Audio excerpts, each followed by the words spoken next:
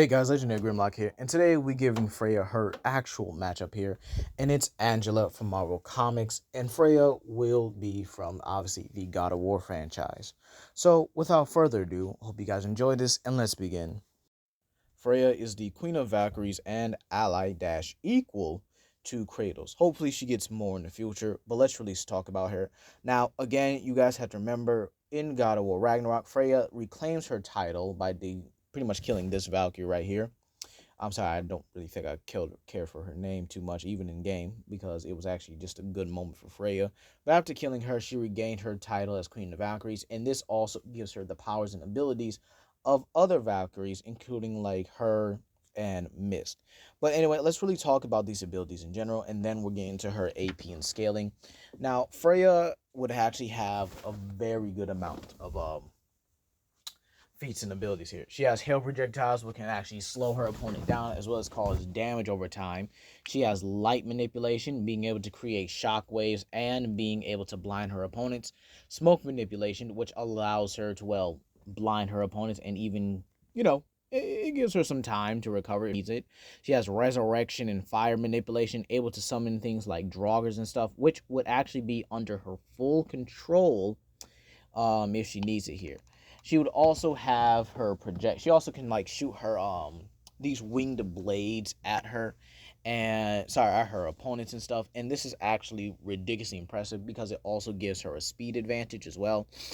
She also possesses incredible magical capabilities to the point where she's able to undo Odin's spells, able to produce vines strong enough to hold Baldur and Kratos respectively. And now let's get into her AP. Sorry. Now, she's actually stated in the guidebooks to be an equal to Kratos in every single way. However, I will say this. She does outdo Kratos when it comes to her magical prowess.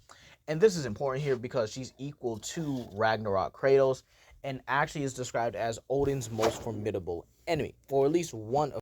Now, with the scaling to Kratos, you could actually interpret that as she scales to what's it called? Ragnarok Kratos, or scales equal to Kratos now. Probably not Kratos back then.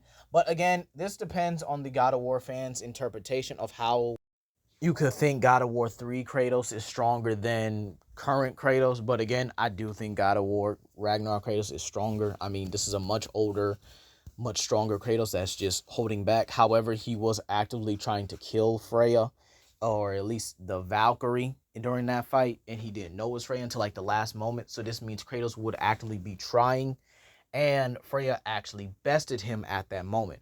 However, you could still say he was holding back, or that he knew it was Freya the whole time. But again, if the game does state that Freya is his equal, and the guidebook state that Freya is his equal, I think it's very safe to say that she should be able to give Kratos a run for his money and even beat him when it comes down to it. I even think she would be stronger than God of War 3 Kratos. But anyway, that's going to be all for her. I would definitely give her the Universal Plus to Multiversal to Outerversal. I definitely think baseline Outerversal is very good for her. But anyway, let's move on to her opponent, Angela. Angela is the daughter of Marvel's version of Odin and sister to Loki and Thor. Now, she's absolutely incredible. Like, this girl has done some ridiculous stuff, all right? She's been able to overpower Hela in her own realm, even beat her in combat.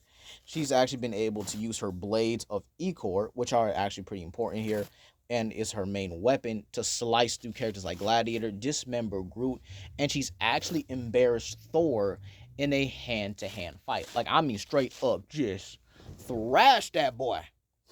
Like, she did him dirty. But Angela is absolutely she's no slouch when it comes to combat in the Marvel Universe. And I honestly think she's one of the more underrated characters when it comes to that.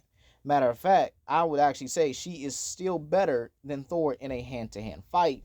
But again, I do think Thor is definitely the more powerful fighter.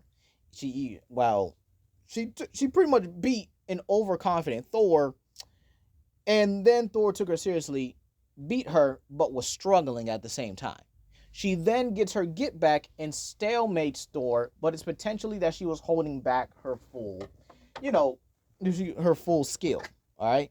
But again, Angela has done some impressive stuff. Being able to go toe to toe with characters like Jane Foster, Thor, even match her, being able to again defeat Hela and become the Queen of Hell. Not sure what she really gained from those abilities during that run, but again, it wasn't too much action for her when she gained those powers, as it was more of a story point. However, Angela is incredibly durable, being able to take attacks from characters like Groot, Rocket Raccoon, Drax the Destroyer, who in this run was able to match a weakened Thanos. Yeah, so again, she still got it. She's absolutely ridiculous. In terms of hacks and abilities, she really doesn't have much except for her regeneration.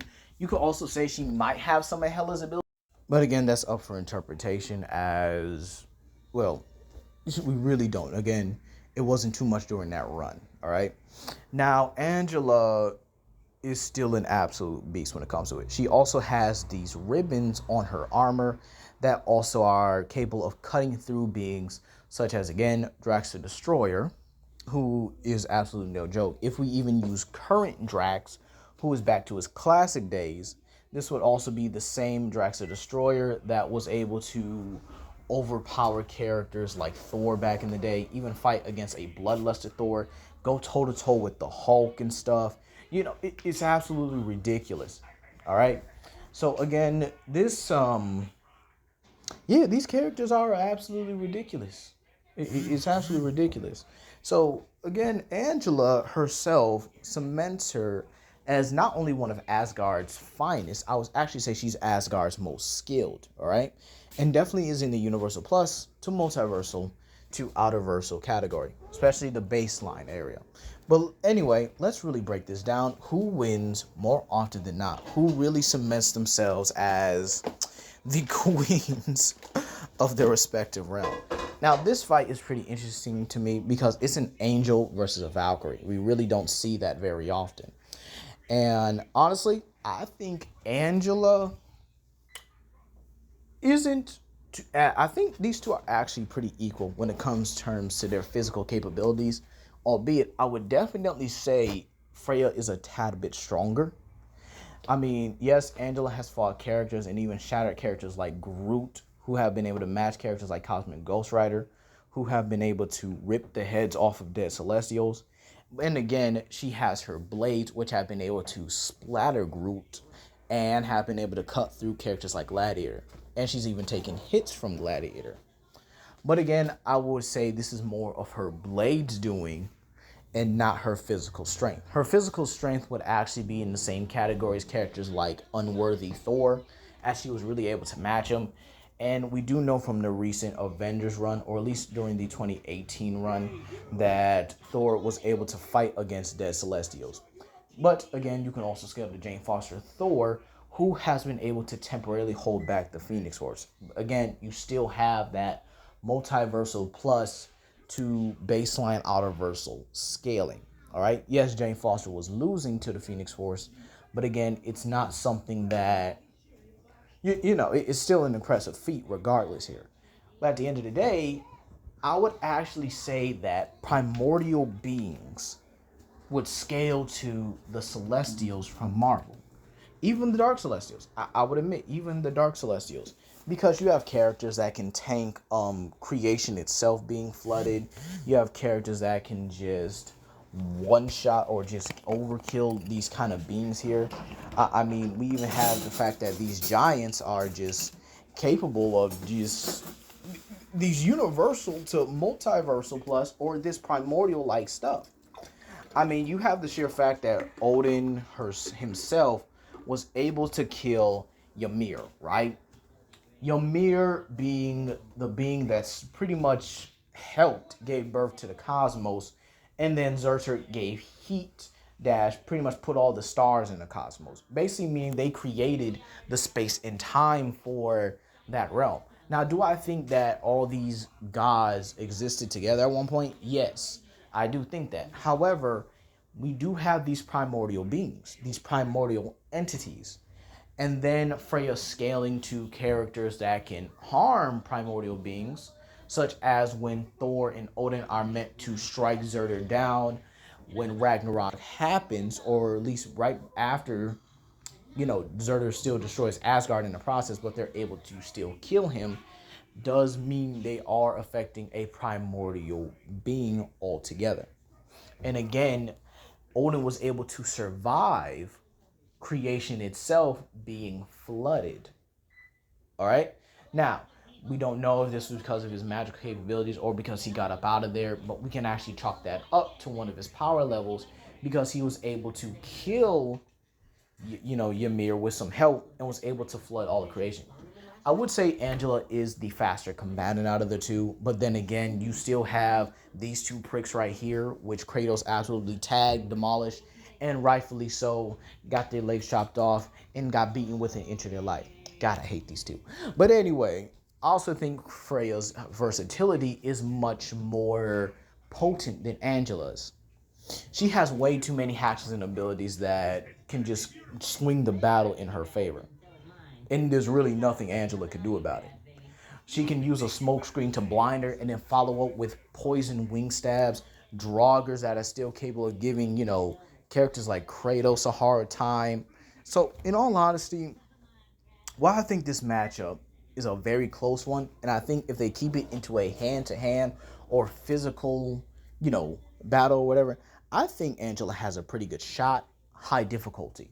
But with the versatility displayed here by both of them, and with Angela mainly just having this overpowered regeneration, I think that at the end of the day, when it's all said and done, I think Freya's versatility is going to allow her to either knock out, incapacitate, or even kill Angela. High to possibly extreme difficulty. But let me know what you guys think down below. Please comment, like, and subscribe, and share with your friends. This is Legendary Grimlock, and I'll see you guys later for another video. Peace.